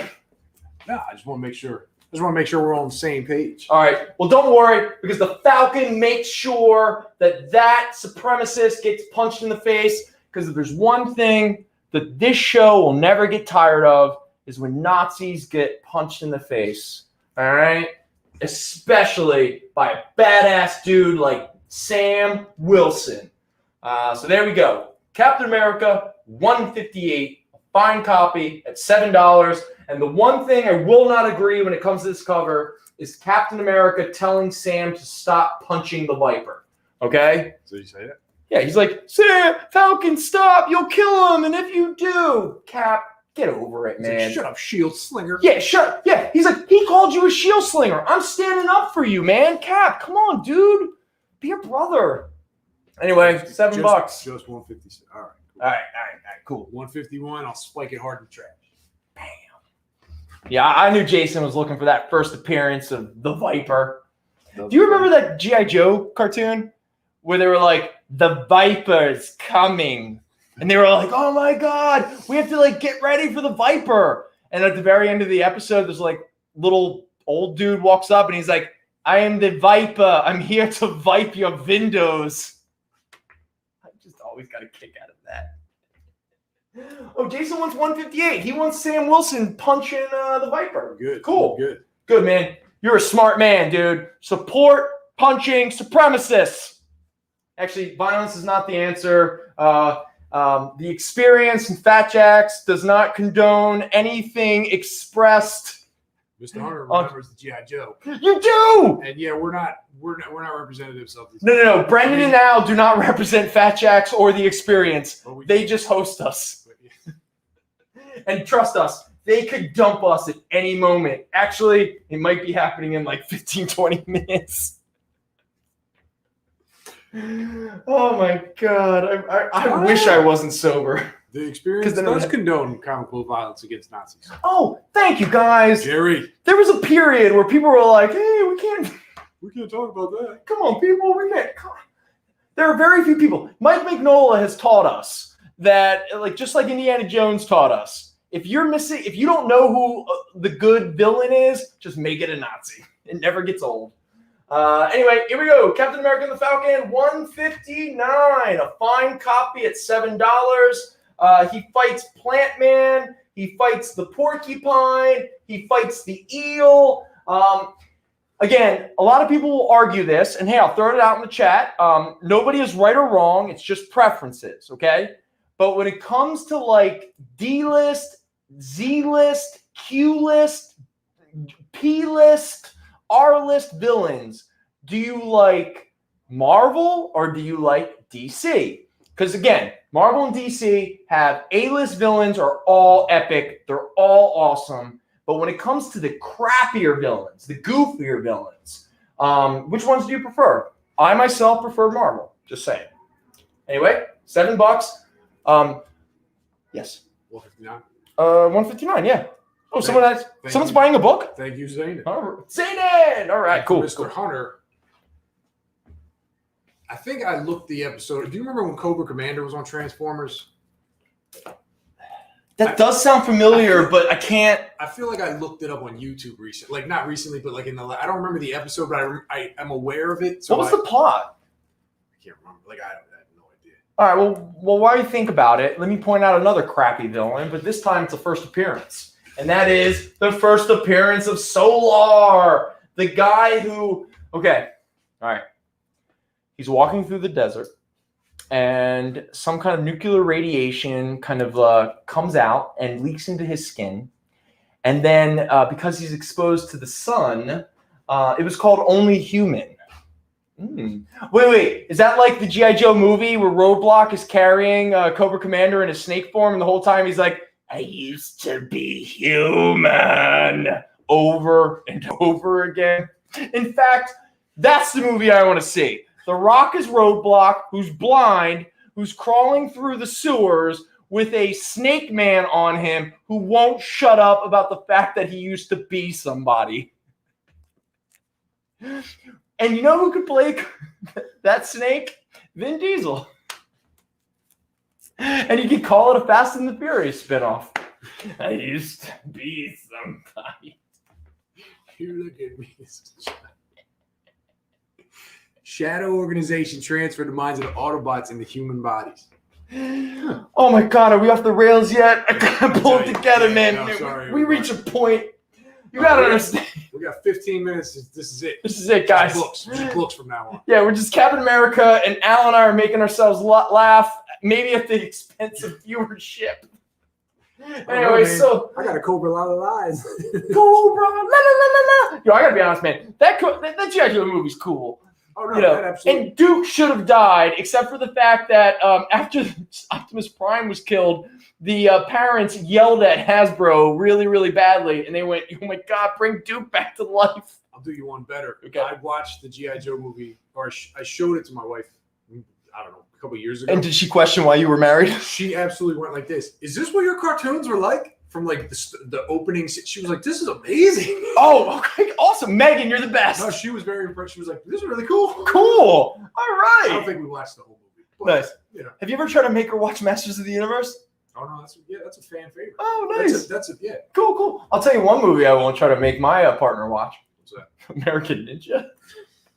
I'm not even sure you and I should ever watch it. I'm not watching it again. I'll watch A Perfect Weapon first. Well, I'll tell you one thing. If you ever wanted to know what happened to the brunette in Weird Science, obviously not Kelly LeBrock, the brunette that sleeps with one of the two nerd guys, I'll tell you exactly what happens to her. She ends up being an American Ninja. Dude, go. Dude, off. By the way, how many American Ninja sequels do you think exist? And how many? We've had this. I mean, I know we've had this conversation. I want to say 3, but I feel like it's like 10 or 7. It's like 6 or 7. Well into the mid '90s, dude. Like, I think Mark DeCock, the whatever his name is, showed. Yeah. We're not even just going off on tangents. We're going off on tangents. Jason, we've already gone off. Wait. Jason just acted like he's never heard our Michael Dudikoff American Ninja covers. Jason, you really need to like go back to old episodes. Yeah, man. It's rampant. We got yelled at one time because we wouldn't stop talking about Michael Dudikoff and American Ninja. We're just poking holes in the By the way, I got to move on from Solar. Okay. Oh, Jesus. It's really hot in here. I'm starting to lose my mind. I'm done. All these books are half price. Oh, my God. I'm so sober. I wish I had an excuse. All right. Maybe we should have done that July 3rd. Just get out of our minds. All right, Mike, we're so sorry. Fine copy, $6. Captain America 161. They meet Freud, and he tells them that they each want to sleep with each other's mothers. Yeah, here, look at that. Captain America 162. Very good copy, $4. Captain America has a really, really, really bad trick. Kind of like my last Sunday. Captain America 165. They fight Ming the Merciless. No, I'm sorry, Yellow Claw. What is this dude doing? I don't know. Oh my god, he's really mad. Brendan left me in the woods. Wait, let me show everyone. Okay. Brendan left me in the woods. Look at the guy who's underneath Captain America's crotch. What is that dude doing? He looks like Pumpkinhead's really ugly younger brother. Yeah, Captain America 165. I already made the Ming Merciless joke. It's not very funny, but it's fine copy at $7. Captain America 166. It's a fine copy at $7. And Captain America and the Falcon, they fight Tom Cruise. No, I'm sorry, they fight bad mummies. Just what do we got? What do we got? We're just moving along. What do we got? We have our heart out. Okay, so we have 5 more minutes of this, people. So he shut us off a while ago. Okay, we're not. Yeah, I know at this point. So strap in. Here we go. An hour later, we finally made it over to here. Okay. Ooh, that's a lot of Captain America. It's a lot of Captain America, and trust me, 5 American Ninja movies. Only 5? I thought there were like 6. What was the last one? 1994, 1995? By Lord Howard. Okay. But not that I'm saying it was a spinoff, but was there like Ninja 1, 2, and 3? And then like, wasn't there like a Ninja 3 movie with like a woman? 3 Ninjas Kickback. That's what you're talking about. No, I'm thinking of Surf Ninjas. Are you counting 3 Ninjas? Yeah, me and Jerry. Right here, bros. All right, next up, Captain America 170. Okay, we're at a key issue. We finally made it back to a key issue, an issue that actually has a real note to it instead of really bad improv. So here we go. Captain America and the Falcon 170. This is a $6 book, graded at a fine, and it is the first full appearance of Moonstone, not to be confused with the female Moonstone. This is the male Moonstone. Also, it is the debut of Falcon's traditional red and white costume. So this is actually a key issue. We finally made it back to an issue that has relevance. Lethal Ninja. Okay. Semi-official entry from the brothers that produced the movies in the American Ninja franchise. Okay. X-Lax the bag. Oh, yeah, man. I saw 3 Ninjas way too many times. And he's like, light his eyes up, boys. All right, we've lost the plot. It's off the rails. Sorry, Mike. You don't have to pay us for this. Sorry, Mike. Yeah, just don't pay us for this hour. Okay. Has anyone heard of the 1982 movie Alone in the Dark, made by the director of Nightmare on Elm Street 2? The movie that stars Martin Landau and Jack Palance and the dude who plays who's the electrical guy in Running Man? With all the Christmas lights? Yeah, with all the Christmas lights. What's his name? Not Sub-Zero. That's the hockey dude. Oh, man, that's good. Okay. So Alone in the Dark is a reaction to slasher movies, where the slashers sort of become the heroes, except for the dude who's in Running Man, who's also a child molester. Dynamo. Thank you. All right. Honestly, just like Skyscraper, look up the trailer for 1982's Alone in the Dark with Jack Palance as a serial killer. So real quick. Oh, wait. Not to go back on track. To Mr. English, the machines are everything's shut off for the night. So if you give us a call tomorrow or Tuesday in the times, I can run your card over the phone. It's no problem. But also, I know you're laid up. Like we know you're good for it. You come down when you need to. Yeah, no problem, man. Again, do you think this is professional right now? And shout out to Zane and doing our job for us. Oh. This was the first of the Secret Empire story. Oh, that is right. That is something that I dropped the ball on. So that's pretty cool. Thank you, Zanin. I appreciate that. Running Man holds up. Running Man's a good movie. No, Running Man definitely holds up. And again, let's be honest, people. We're getting closer and closer to it. Jason, you know what we're talking about. We had this conversation literally earlier. I think we passed it in like 1999. Yeah, that's true. Do you know why Michael Dudikoff joined the army in American Ninja 1? I don't. It was to prevent from going to jail. Do you know why he was going to jail? I have no clue either because the movie never really explains it. Who's the lady? That's not funny, man. Nah, that's not funny. Wait, what's the joke? Who's the lady in the back watching us? What? That's not funny, dude. Ghosts. You take it too far, Mr. Chairman. All right, just to validate our existence and so Mike doesn't fire us, Captain America and the Falcon 172 and Captain America and the Falcon 173. The two-parter where the X-Men show up.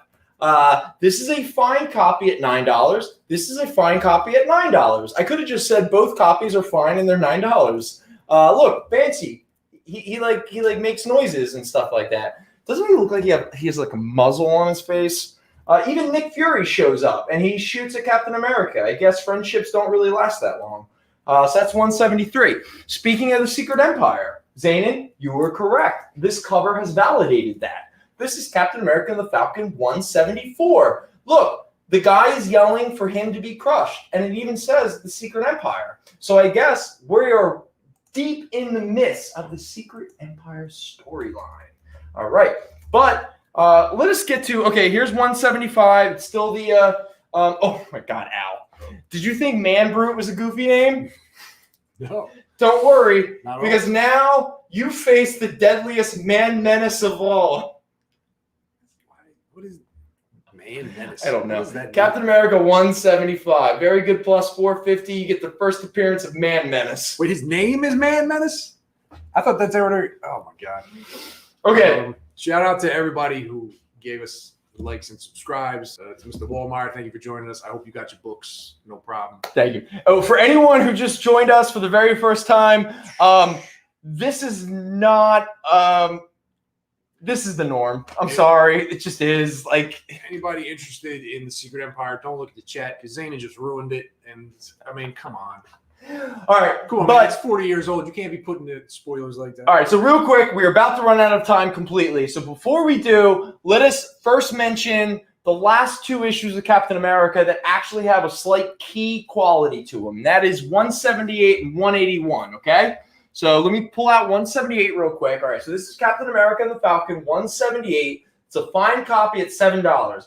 This is the first appearance of Roscoe Simmons, who is briefly the Captain America replacement, okay? And hey, if there was ever a name that cried out to be Captain America, it was definitely a dude named Roscoe. And in case you don't believe me, here we have Captain America 181, a fine copy at $10, the first appearance of Roscoe Simmons as Captain America. And yes, Jason, you can get 180. Wait, we don't have 180. Are you saying 181 or once? We don't have 180, bud. I'm sorry. Is that a key issue? Because it's probably sold, and Mike sold it and never told us.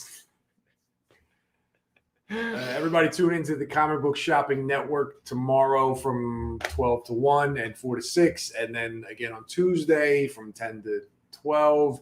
I don't think you need to register to watch. You for sure don't need to buy anything. So do your thing. You just need a Facebook page if you want to interact. But all joking aside, thank you, everybody. Thank you for putting up with us today because I can't say for you, and I can't even speak for Al, but I actually had a really good time tonight. This turned out a lot better than I expected.